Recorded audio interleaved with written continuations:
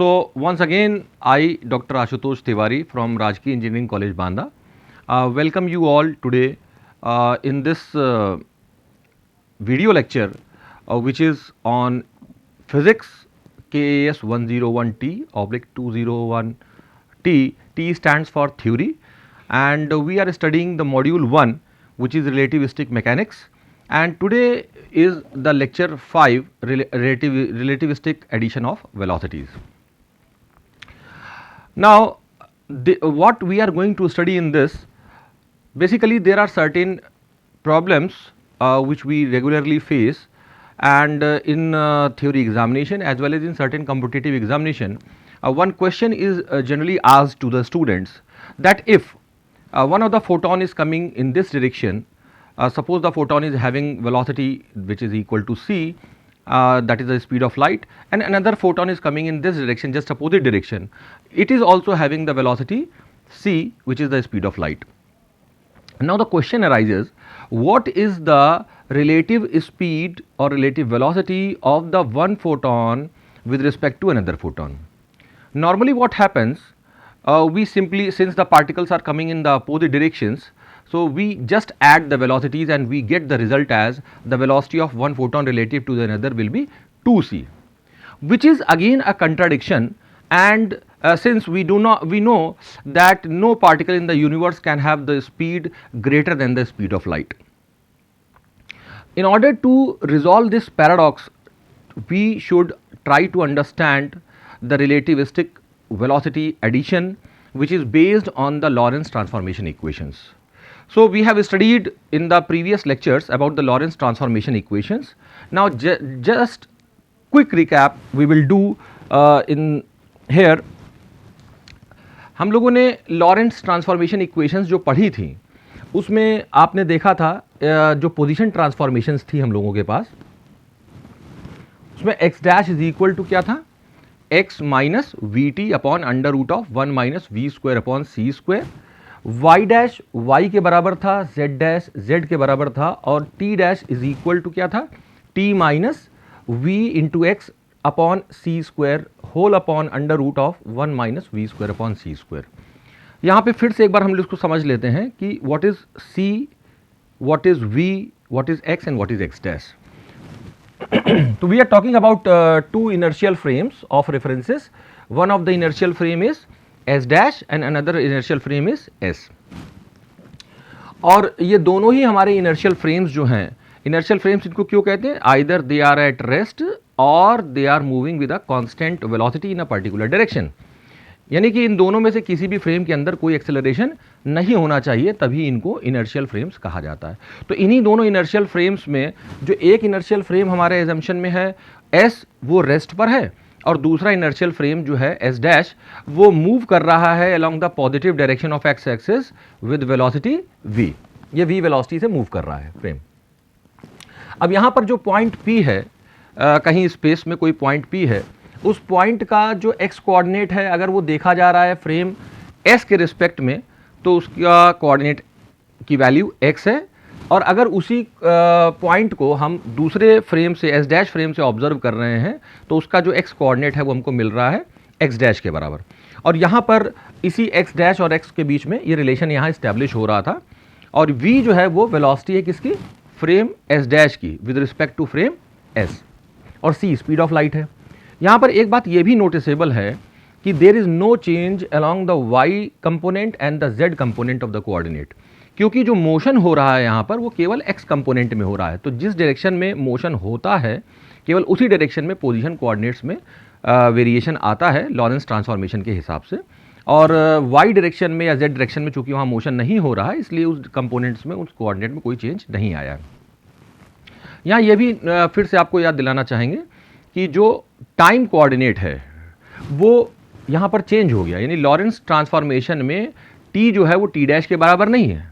इसका मतलब अगर हम दो ऑब्जर्वर को एज्यूम करें, एक ऑब्जर्वर फ्रेम हमारा s पे है और दूसरा s डैश पे है, तो फ्रेम s का ऑब्जर्वर अगर अपनी घड़ी में देख रहा है और फ्रेम s डैश का ऑब्जर्वर अपनी घड़ी में देख रहा है, तो दोनों के जो टाइम है वैल्यूज़ वो अलग अलग हैं, और उनके बीच में t और t डैश के बीच में जो रिलेशन है वो रिलेशन इस फॉर्मूले से हमको पता चल रहा है.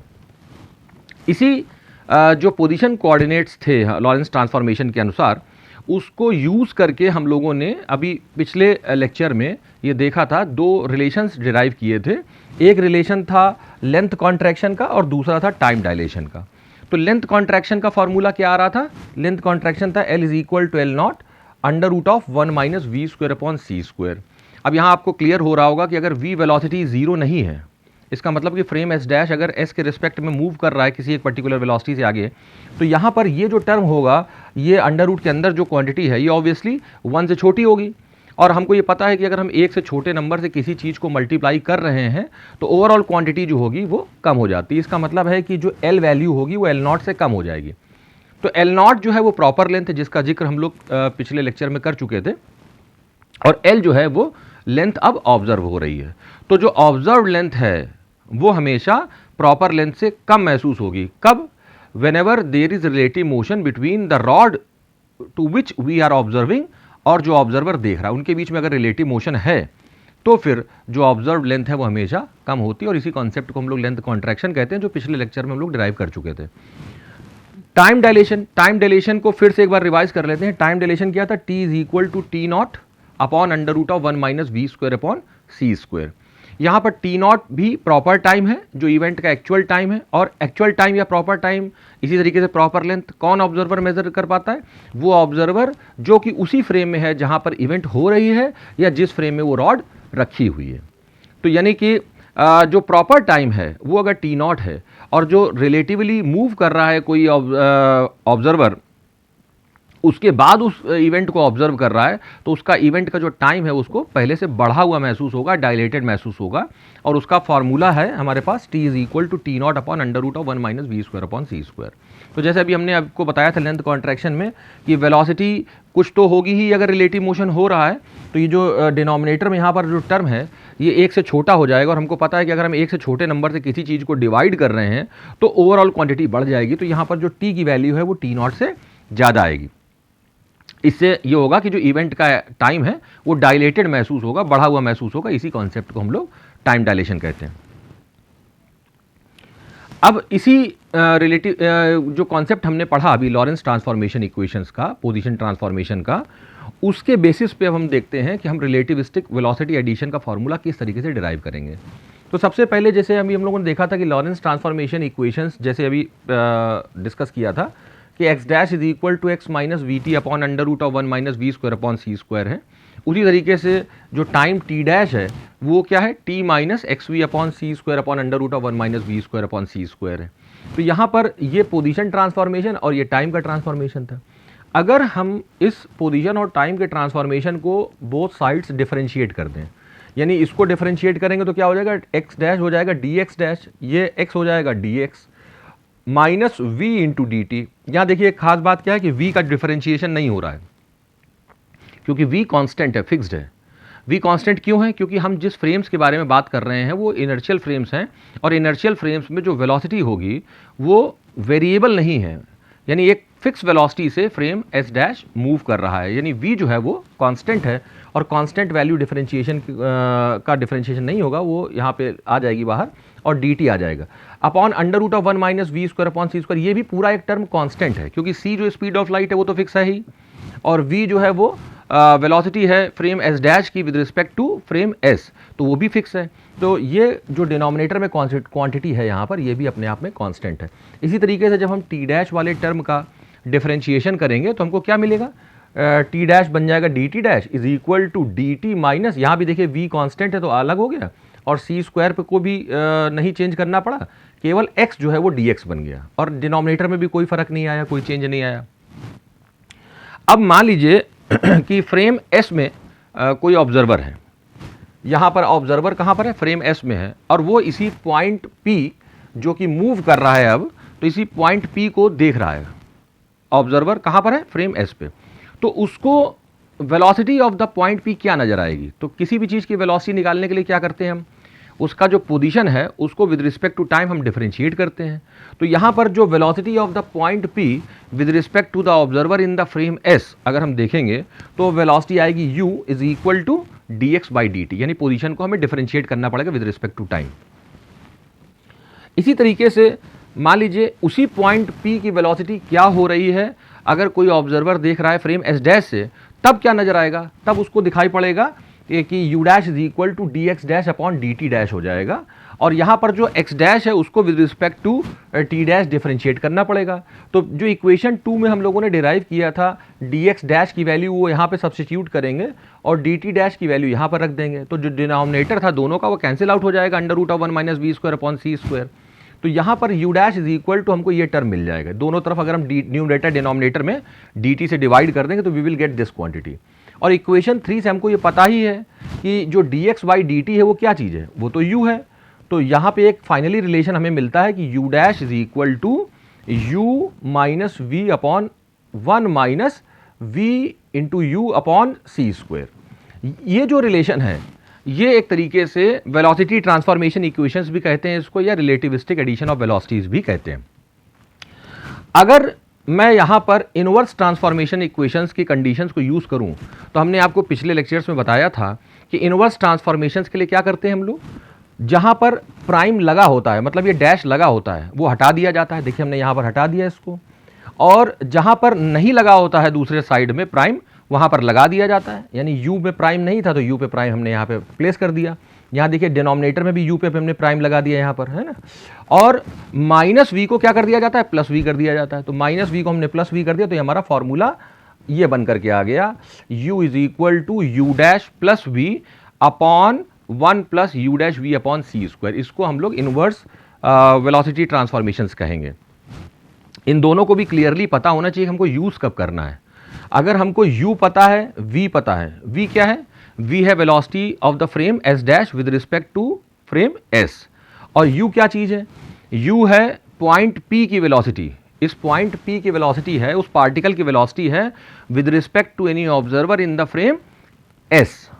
तो यदि एस फ्रेम यानी ग्राउंड पे खड़े हुए व्यक्ति को अगर किसी पॉइंट के जो वेलोसिटी है वो जो भी नज़र आ रही है, और हमको ये भी पता है कि जो दूसरा फ्रेम है वो किस स्पीड से किस वेलोसिटी से जा रहा है, तो उस फ्रेम पर जो ऑब्जर्वर बैठा होगा उसको वेलोसिटी क्या नज़र आएगी उसी पर्टिकुलर पॉइंट की, उसके लिए हमें वेलोसिटी ट्रांसफॉर्मेशन इक्वेशंस की मदद लेनी पड़ेगी, और ये वेलोसिटी यहाँ से कैलकुलेट होकर के आ जाएगी, u dash is equal to u minus we upon 1 minus u v upon C square. अब ये जो अभी हम लोगों ने फॉर्मूला डिराइव किया है, इसमें 3 स्थितियों का भी हम लोग आकलन कर लेते हैं। There are 3 different cases. पहला केस तो ये है कि अगर u और v आर वेरी स्मॉल, बहुत छोटे हैं एज कंपेयर टू c, तो u और v छोटे हैं कंपेयर टू c, इसका मतलब है कि जो फ्रेम s डैश है उसकी जो रिलेटिव वेलोसिटी है, जो स्पीड है, वो स्पीड ऑफ लाइट की तुलना में काफ़ी कम है। और साथ ही साथ जिस पार्टिकल को हम अंडर कंसिडरेशन ले रहे हैं, जो पार्टिकल मूव कर रहा है, उसकी स्पीड भी स्पीड ऑफ लाइट की तुलना में काफ़ी कम है। यानी रिलेटिव मोशन तो हो रहा है लेकिन स्पीड काफ़ी कम है। तो अगर ये स्पीड काफ़ी कम होगी तो ऐसे केस में आपको क्या दिखाई पड़ेगा कि जो ये डिनोमिनेटर वाला टर्म था u dash we upon C square, ये नेग्लिजिबल हो जाएगा, नेग्लेक्ट करने योग्य हो जाएगा। अगर ये नेग्लिजिबल हो जाएगा तो ये फार्मूला सीधे ये बन जाएगा, u dash is equal to u minus v. और यही चीज़ हम लोग पहले पढ़ते भी चले आ रहे थे।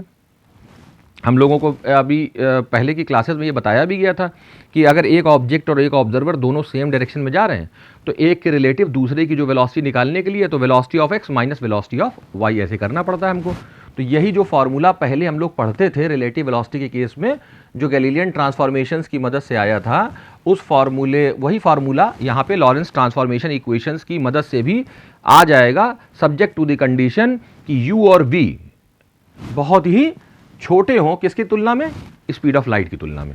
यानी हम ये भी कह सकते हैं for low velocities the Lorentz transformation equations reduce to Galilean transformation equations. अब दूसरी स्थिति की एक बार चर्चा कर लेते हैं यहाँ पर, यह भी बड़ा इंपॉर्टेंट चीज है।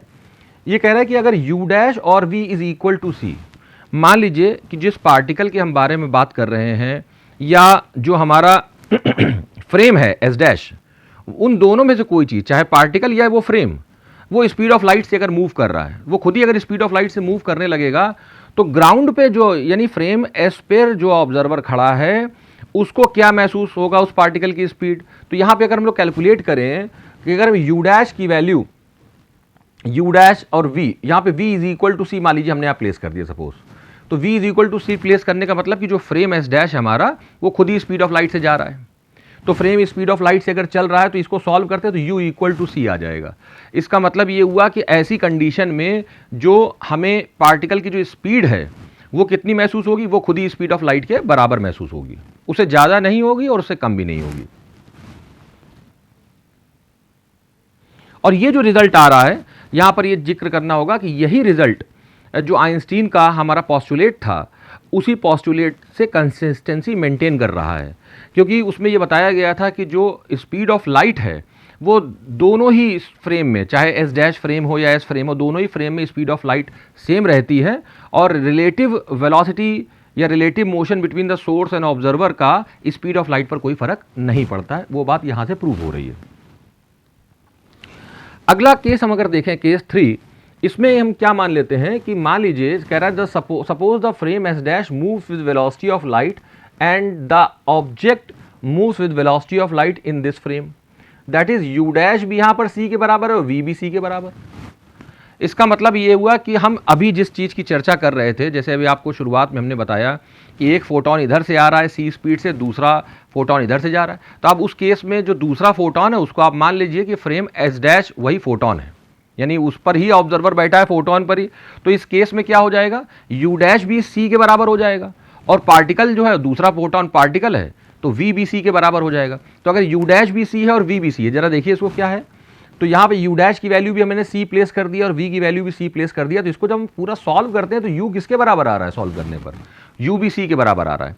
इसका मतलब ये हुआ कि अब जो ऑब्जर्वर है उसको उसकी स्पीड 2c नहीं नजर आ रही है, अभी भी स्पीड कितनी है, वो c है। यानी वेलोसिटी ऑफ लाइट जो है उससे अधिक वेलोसिटी किसी भी पार्टिकल की किसी भी कंडीशन में, चाहे वो फ्रेम स्पीड ऑफ लाइट से मूव करने लगे या वो पार्टिकल स्पीड ऑफ लाइट से मूव करने लगे, तब भी ऑब्जर्वर को पार्टिकल की जो स्पीड है वो c के बराबर ही महसूस होगी, उससे ज़्यादा कभी नहीं होगी। या इसीलिए ये कहा जाता है कि hence we say that the velocity of light is the maximum attainable velocity, यानी कि स्पीड ऑफ लाइट से अधिक वेलोसिटी अचीव करना किसी भी पार्टिकल के लिए संभव नहीं है। अब इसी के बेसिस पे आइए हम लोग एक दो न्यूमेरिकल भी सॉल्व कर लेते हैं। जैसे ये न्यूमेरिकल अक्सर करके यूनिवर्सिटी एग्जामिनेशंस में पूछे जाते हैं। पहला न्यूमेरिकल है, जैसे 2 particles came for towards each other with speed 0.7 c। मान लीजिए एक पार्टिकल हमारा इधर की तरफ आ रहा है और दूसरा पार्टिकल इधर की तरफ आ रहा है। ये पार्टिकल नंबर 1 है, ये पार्टिकल नंबर 2 है। विद रिस्पेक्ट टू लेबोरेटरी, अब लेबोरेटरी मतलब कि ग्राउंड के रिस्पेक्ट में बात हो रही है। तो अगर लेबोरेटरी के रिस्पेक्ट में दोनों पार्टिकल एक दूसरे की तरफ आ रहे हैं और दोनों की स्पीड जो है वो कितनी है, 0.7 c है, तो वो कह रहा है कि what is their relative speed. तो एक के रिलेटिव दूसरे की क्या स्पीड होगी ये हमको बताना है। अब यहाँ पर क्या चीज़ है कि मान लीजिए जो पार्टिकल नंबर 1 के बारे में बात कर रहे हैं, हम एज्यूम कर लें कि जो हम फ्रेम एस डैश की बात करते हैं यही हमारा पार्टिकल नंबर 1 है। जो पार्टिकल नंबर 1 इधर जा रहा है उसको हम मान लें कि वो ही फ्रेम एस डैश है। तो अगर फ्रेम एस डैश खुद 0.7 c स्पीड से जा रहा होगा, यानी हम क्या लिख सकते हैं, यू डैश किसके बराबर हो गया, 0.7 c के बराबर हो गया। और जो दूसरा पार्टिकल है ये वाला, ये कितनी स्पीड से जा रहा है, इसके बारे में हमने बोल दिया कि वो 0.7 c स्पीड से चल रहा है। तो अगर यू डैश और 0.7 c हम यहाँ रिलेटिविस्टिक एडिशन ऑफ वेलोसिटीज वाले फॉर्मूले में यहाँ पे प्लेस करते हैं कि यू डैश को भी 0.7 c प्लेस करें और v को भी 0.7 c प्लेस करें, इसको सॉल्व करें तो यहाँ पर वेलोसिटी आ जाती है रिलेटिवली सॉल्व होकर के 0.9396 c। यानी कि जो ग्राउंड पे खड़ा हुआ ऑब्जर्वर है, यानी एस डैश फ्रेम में जो ऑब्जर्वर है वो इसकी स्पीड रिलेटिवली कितनी देखेगा, उसको स्पीड 0.9396 c यानी स्पीड ऑफ लाइट के बराबर, स्पीड ऑफ लाइट का लगभग 93% के बराबर स्पीड उसकी महसूस होगी। Now let us deal with another numerical. एक और अन्य न्यूमेरिकल हम लोग देखते हैं। इसमें देखिए कि जैसे इस न्यूमेरिकल में चर्चा करी जा रही है कि 2 पार्टिकल है, मान लीजिए 2 particles are moving in opposite direction to each other with a speed of 0.9 c। अब यहाँ पर 2 पार्टिकल्स हैं जो एक दूसरे की तरफ कितनी स्पीड से जा रहे हैं, 0.9 c। 0.9 c का मतलब क्या हुआ, लगभग 90% of the speed of light. इतनी तेज वेलोसिटी से दोनों पार्टिकल एक दूसरे की तरफ जा रहे हैं। In laboratory frame of reference find the velocity of one particle relative to other. तो किसी उन दोनों में से किसी एक पार्टिकल के रिस्पेक्ट में दूसरे पार्टिकल की क्या रिलेटिव स्पीड होगी ये हमको कैलकुलेट करना है। यानी अगर इस प्रॉब्लम को हम लोग एनालाइज करें तो हमको ये समझ में आता है कि एक पार्टिकल, जैसे हमने मान लिया कि ये पार्टिकल जो है जिसकी चर्चा हो रही है, ये पार्टिकल P है यहाँ पर, और जो दूसरा पार्टिकल की बात कर रहे हैं तो हमने मान लिया कि भाई पार्टिकल नंबर 1 सपोज ये है, और जो दूसरा पार्टिकल वही फ्रेम S डैश है। तो फ्रेम S डैश को ही अगर हम दूसरा पार्टिकल एज्यूम कर लेंगे जो इधर की तरफ v वेलोसिटी से जा रहा है, तो इस परिस्थिति में होगा क्या कि डायरेक्शन का भी कंसिडरेशन लेना पड़ेगा इस पर्टिकुलर प्रॉब्लम में, कि इस डायरेक्शन को यदि हम पॉजिटिव, ये वाली डायरेक्शन हमारे लिए positive direction of x axis है, ये पॉजिटिव एक्स एक्सिस है, तो जो पार्टिकल इधर की तरफ आ रहा है वो तो निगेटिव डायरेक्शन में आ रहा है ना। तो अगर निगेटिव डायरेक्शन में आ रहा है तो उसकी जो वेलोसिटी हम प्लेस करेंगे यहाँ पर, वो विद निगेटिव साइन प्लेस करेंगे। तो चूंकि ये पार्टिकल नंबर 1 अपोजिट डायरेक्शन में आ रहा था, तो यहाँ पर हमने u कितना रखा, u is equal to -0.9 c हमने यहाँ पर प्लेस किया है निगेटिव साइन के साथ। और जो v वेलोसिटी है इस दूसरा वाला जो पार्टिकल, जिसको पार्टिकल नंबर 2 कह रहे हैं, और यहाँ हमने आपको समझने के लिए बताया है कि आप पार्टिकल 2 को फ्रेम S डैश ही मान लीजिए। तो यहाँ पे हमको अब फ्रेम S की वेलोसिटी, S डैश की वेलोसिटी क्या होती है फॉर्मूले में, v। तो v को कितना प्लेस करना पड़ेगा, वो भी 0.9 c रखना पड़ेगा। और हम चाहते क्या हैं, हम यहाँ पे प्रॉब्लम के हिसाब से ये चाह रहे थे कि जो फ्रेम S डैश में ऑब्जर्वर है, S डैश फ्रेम का जो ऑब्जर्वर है, उसको उस पार्टिकल की रिलेटिव स्पीड क्या नजर आती, क्योंकि ये भी जो स्पीड 0.9 c दोनों की बताई गई है, ये लेबोरेटरी फ्रेम में यानी ग्राउंड पे खड़ा हुआ कोई ऑब्जर्वर है उसको पता महसूस हो रहा है। तो जो ऑब्जर्वर ऑलरेडी यानी पार्टिकल जो चल रहा है उसको मूविंग पार्टिकल की जो अपोजिट डायरेक्शन में आ रहा है उसकी स्पीड रिलेटिवली क्या पता चलेगी, उसके लिए हमको फिर से वेलोसिटी एडिशन वाले फार्मूले की मदद लेनी पड़ेगी। अब यहाँ पर हम चाहते हैं कि हमारे मूविंग फ्रेम के रिस्पेक्ट में हमको पता चल जाए कि वो पार्टिकल की स्पीड क्या है, यानी मूविंग फ्रेम के रिस्पेक्ट पता करना, यानी हम u डैश निकालना चाहते हैं। और अभी हमारे पास नोन क्या क्या है, हमको पता क्या क्या है, हमको u पता है और v पता है, तो हमें फॉर्मूला ये वाला यूज करना चाहिए, u dash is equal to u minus we upon 1 minus u into v upon C square. इस फॉर्मूले को यूज करेंगे। और यहाँ पर यह बात बहुत इंपॉर्टेंट है, ध्यान देना है आप लोगों को कि जब भी कभी हम रिलेटिव वेलोसिटी के न्यूमेरिकल सॉल्व करते हैं तो वेलोसिटी चूंकि वेक्टर क्वांटिटी है तो डायरेक्शन का कंसिडरेशन लेना बहुत ज़रूरी है। तो यहाँ पर इस फॉर्मूले को जब भी आप यूज़ करें तो हमेशा u और v वैल्यूज़ को विद साइन ही प्लेस करें। तो यहाँ पर जैसे u जो है -0.9 c है, वो u is equal to -0.9 c मैंने यहाँ पे प्लेस कर दिया, और v की वैल्यू v तो प्लस 0.9 c था लेकिन फॉर्मूले में ऑलरेडी माइनस लगा हुआ था, तो ये हो गया -0.9 c -0.9 c। और यहाँ पे फिर इसको डिनोमिनेटर में भी सॉल्व किया, तो इसको जब आप सॉल्व करेंगे तो ये दोनों ऐड हो जाएंगे, तो ये -1.8 c होल डिवाइडेड बाय, इसमें एक तरीके से ये ऐड होगा 1 प्लस 0.8, इसको सॉल्व करेंगे तो ये आ जाएगा -0.994 c। इसका मतलब ये हुआ कि जो फ्रेम S डैश है, या ये समझ लीजिए कि जो दूसरा पार्टिकल है जो पॉजिटिव डायरेक्शन में एक्स एक्सिस में जा रहा है, उसको सामने से आते हुए पार्टिकल की स्पीड क्या महसूस होगी, 99.4% ऑफ स्पीड ऑफ लाइट महसूस होगी। जबकि एक्चुअली स्पीड उसकी क्या है, लेबोरेटरी फ्रेम में ग्राउंड पे जो खड़ा हुआ ऑब्जर्वर वो क्या देख रहा है, वो देख रहा है कि उसकी स्पीड जो है वो, उसको लग रहा है कि उसकी स्पीड केवल 0.9 c है। तो यहाँ पर ये रिलेटिविस्टिक वेलोसिटी एडिशन के फॉर्मूले का एक ब्यूटी है कि हम यहीं से बैठे बैठे और इसके कैलकुलेशंस का ये महत्व बढ़ जाता है कि आप अर्थ के पे खड़े हुए हैं, यहाँ ग्राउंड पे खड़े हुए हैं, और अगर हेवनली बॉडीज़ की आपको स्टडी करनी है, मान लीजिए आप देखना चाहते हैं कि भाई जुपिटर की जो वेलोसिटी है वो मून के रिलेटिवली क्या होगी, तो आप मून पर खड़े होकर के ऑब्जर्व करने की बात करेंगे तो आप मून को फ्रेम S डैश मान लेंगे और जुपिटर को आप जो है वो पार्टिकल मान लेंगे। तो उससे आप यहाँ पे समझ पाएंगे कि जिसकी वेलोसिटी आपको यहाँ से पता है, अर्थ के रिलेटिवली पता है, लेकिन अगर आप मून पर जाकर के जुपिटर की वेलोसिटी को ऑब्जर्व करने की कोशिश करेंगे तो then you have to use this formula of relativistic velocity addition. Quickly हम एक और न्यूमेरिकल पे चर्चा कर लेते हैं। न्यूमेरिकल यहाँ पर देख लेते हैं एक बात, ये कह रहा है कि an experimenter observes a radioactive atom moving with velocity of 0.25 c। एक रेडियो एक्टिव एटम था जो 0.25 c की स्पीड से जा रहा था। ये कोई एटम है, मान लीजिए, हम मान लेते हैं ये कोई एटम है, ये 0.25 c की स्पीड से जा रहा था यहाँ पे। The atom then emits a beta particle which has a velocity of 0.9 c। इस एटम ने क्या करा, एक बीटा पार्टिकल एमिट कर दिया। इस एटम ने चलते चलते एक बीटा पार्टिकल निकाल दिया और इस बीटा पार्टिकल की वेलोसिटी कितनी बताई गई, 0.9 c बता दी गई है। अब ये पूछा जा रहा है यहां पर relative to the atom in the direction of its motion, in the direction of its motion. ये भी बड़ा इंपॉर्टेंट है कि जिस डायरेक्शन में एटम चल रहा है तो उसी डायरेक्शन में बीटा पार्टिकल निकल के गया है, डायरेक्शनैलिटी चेंज नहीं हुई है यहां पर। तो what is the velocity of the beta particle as observed by the experimenter, उस एक्सपेरिमेंटर को बीटा पार्टिकल की वेलोसिटी क्या नजर आएगी, क्योंकि जो बीटा पार्टिकल की वेलोसिटी यहाँ प्रॉब्लम में दी गई है 0.9 c, वो उस एटम के रिलेटिव है और एटम खुद ही एक स्पीड से चल रहा है। कितनी स्पीड से चल रहा है, 0.25 ऑफ c की स्पीड से चल रहा है। यानी एटम चल रहा है और उसने एक बीटा पार्टिकल एमिट किया जो एक पर्टिकुलर वेलोसिटी से जा रहा है, और एटम के रिलेटिवली बीटा पार्टिकल की वेलोसिटी पता है, तो ग्राउंड के रिलेटिवली बीटा पार्टिकल की वेलोसिटी क्या होगी ये हमको पता लगाना है। अब यहाँ पर क्या होगा, यानी अगर इस प्रॉब्लम को एनालाइज करें एक तरीके से, एटम को ही आप मान लीजिए कि एटम जो है वो फ्रेम एस डैश है और बीटा पार्टिकल जो है वो आपका पार्टिकल पी है। यानी आपके पास जो वेलोसिटी है यू डैश आपको पता है, वी पता है, तो आप इस रिलेशन का इस्तेमाल करके वेलोसिटी कैलकुलेट कर सकते हैं कि बीटा पार्टिकल की वेलोसिटी ग्राउंड के रिस्पेक्ट में क्या महसूस होगी।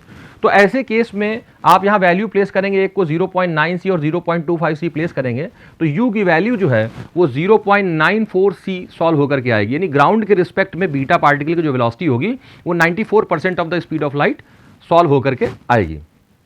हाँ, यहां से हम कह सकते हैं therefore the velocity of beta particle as observed by the experimenter is 0.94 c. So we can understand that this is the beauty of velocity addition formula. With the help of this formula, relative velocities can be calculated. आप ground के respect में moving particle की calculate कर सकते हैं, और ground से अगर आपको मूविंग पार्टिकल की वेलोसिटी पता है तो मूविंग फ्रेम से वेलोसिटी क्या होगी उसका भी कैलकुलेशन किया जा सकता है। तो thank you all, this was the lecture on relativistic velocity addition. Thank you.